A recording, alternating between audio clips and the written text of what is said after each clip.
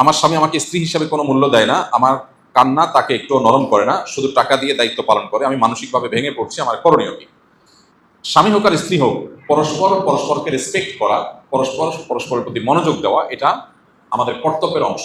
আল্লাহ তাআলা আমাদের উপর যে বিষয়গুলোকে অপরিহার্য করেছেন, অবধারিত করেছেন, করতেই হবে, সে বিষয়গুলোর মধ্যে একটা হলো জীবন সঙ্গীকে, লাইফ পার্টনারকে, স্বামী স্ত্রী পরস্পরকে সময় দিতে হবে।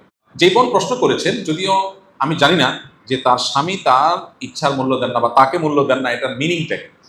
অনেক সময় এমন হয় যে নিজেদের চাহিদা অনেক বেশি থাকে। একজন দেখা যায় তার স্বামী তাকে যথেষ্ট যত্ন করে, কিন্তু তার কাছে মনে হয় যে না, আমাকে মনে যত্ন করছে না, শয়তান ওয়াসওয়াসা দেয়, এটা একটা ফ্যাক্ট। আরেকটা অসুবিধা হলো যে অনেকের প্রত্যাশা অনেক বেশি। আবার বাস্তবসম্মত আছে অনেকটা, যে অনেক ক্ষেত্রে স্বামী আসলে কেয়ারি না, সে শুধু টাকা পয়সা দিয়ে দায় সারে। অনেকে আছেন মাসে মাসে টাকা দিয়ে দিচ্ছে, খোঁজ খবর নাই, সে অমনোযোগী। সর্বশেষটা এটা যদি হয়ে থাকে, তাহলে সেক্ষেত্রে অবশ্যই স্বামী আল্লাহর কাছে গুনাহগার হবে। শুধু টাকা দিয়ে স্ত্রীর দায়িত্ব আদায় করা চলবে না। আল্লাহ বলেছেন, ওয়াশিরুহুন্না বিল মারুফ, তোমরা তোমাদের স্ত্রীদের সাথে জীবন অতিবাহিত করো, সংসার পরিচালনা করো সুন্দরভাবে, যথাযথভাবে। শুধু টাকা পয়সা দিয়ে যদি স্ত্রীর হক আদায় করে ফেলেছি বলে মনে হয়, তাকে একান্ত সময় দেওয়া না হয়, তার প্রয়োজন পূরণ করা না হয়, তাকে গুরুত্ব দেওয়া না হয়, তো অবশ্যই স্ত্রীর হক নষ্ট করেছে। এখন এই ভদ্রলোক যিনি স্বামী, তার কাজ হবে তিনি নিজেকে সংশোধন করা। আর যে বোন প্রশ্ন করেছেন তাকে বলবো, যদি সত্যি আপনার স্বামী আপনাকে মনোযোগ না দেয়, ইগনোর করে, শুধু ভরণ পোষণটা দেয়, আপনি শুকরিয়া আদায় করেন এই দিক বিবেচনা করে যে অনেক অমানুষ আছে আপনার স্বামীর চাইতেও তারা আরো বেশি পাষাণ। তারা স্বামী হিসেবে স্ত্রীর ভরণ পোষণটাও দেয় না, আপনার তো ভরণ পোষণটা অন্তত দেয়। অনেকে আছে সেটুকুও দেয় না। ইমানদার যখন তার চাইতে নিজের চাইতে কষ্টে থাকা মানুষটার দিকে তাকাবে, তখন সে ভালো ফিল করবে, তখন মানসিক কষ্ট তার দূর হয়ে যাবে। এজন্য আপনার সেদিকটা খেয়াল করা দরকার। আর আল্লাহ রাব্বুল আলামিন পৃথিবীতে সবাইকে সব দিক থেকে সুখী করেন না, অদ্ভুত এক সিস্টেম আল্লাহ তাআলা। একজন অনেক বড় সাকসেস তার ক্যারিয়ারে, উনি অনেক সফল ব্যবসায়ী, সফল উদ্যোক্তা, সফল এন্টারপ্রেনর, সফল ডাক্তার, সফল ইঞ্জিনিয়ার, সফল আলেম, উনি ওনার ক্যারিয়ারে অনেক সফল, কিন্তু বাসায় পারিবারিক জীবনে তিনি চরম ব্যর্থ। এরকম মানুষ ভুরি ভুরি আছে। আপনি বাইরে খুব ফিটফাট দেখবেন, কিন্তু ভেতরে সদরঘাট।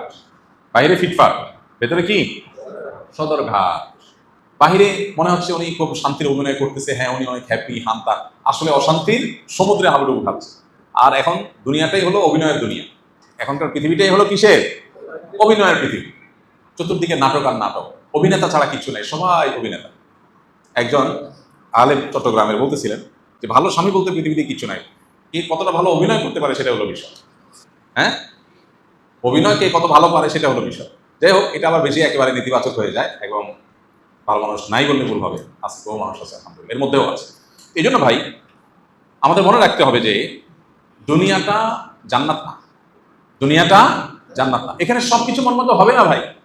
একজন মহিলা তার স্বামীটা এত কেয়ারি, মাশাআল্লাহ, খুব যত্ন করে, খুব মনোযোগ দেয়, খুব খেয়াল করে, মাকার পয়সা করি নাই, ফকির নেই, কি বলেন?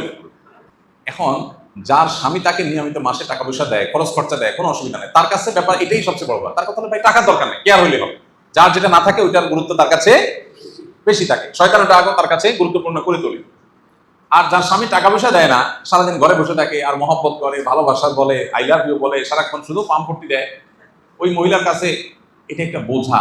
বাবা এত আই লাভ ইউর কাম নাই, টাকা পয়সা কামাই করে নিয়ে আসে। দুনিয়াটা এমন, শয়তান এমন ভাবে আমাদের সামনে তুলে ধরেছে, যার যেটা নাই শয়তান তার কাছে ওইটার জন্য হাহাকার তৈরি করে, আর ইমানদার এগুলো সবগুলোর বিরুদ্ধে যুদ্ধ করে, এই বলে যে আল্লাহ যে অবস্থা রেখেছেন আলহামদুলিল্লাহ। আমার সঙ্গে যদি অমানুষ হয়, তাকে মানুষ করার চেষ্টা আমি করব, কিন্তু এট দ্য সেম টাইম আমি আল্লাহর প্রতি কোনো অভিযোগ আমার নাই, আমি শুকরিয়া আদায় করবো, কারণ এর চাইতে বেশি ক্রাইসিসে বহু মানুষ আছে। আমাদের কাছে, অর্থাৎ হুজুরদের কাছে, মানুষ সুখের দিনে আসে না। আমাদের কাছে মানুষ, হুজুরদের কাছে সাধারণত মানুষ সুখের সময় আসে না। আসে কখন? খেলায় পড়লে, ঠিকে গেলে, তখন হুজুরদের কাছে আসে। হ্যাঁ, ডাক্তার এবং হুজুর এই দুই শ্রেণীর মানুষের কাছে মানুষ সুখের সময় যায় না, আসে দুঃখের সময়।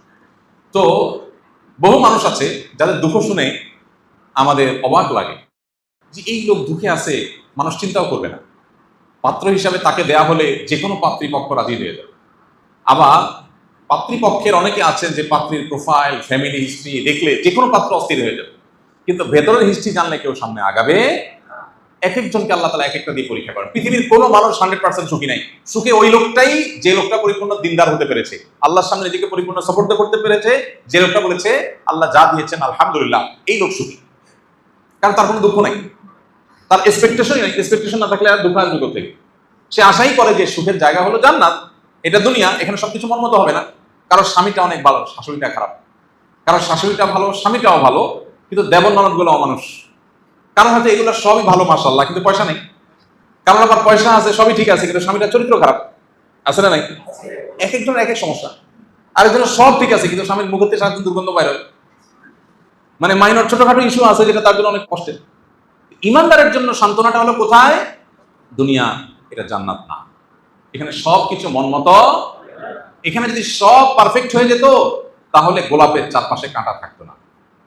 গোলাপের চারপাশে কাঁটা, গোলাপের চারপাশে কাঁটা আছে, এটা দুনিয়া। জান্নাতের গোলাপে হয়তো কাঁটা থাকবে না।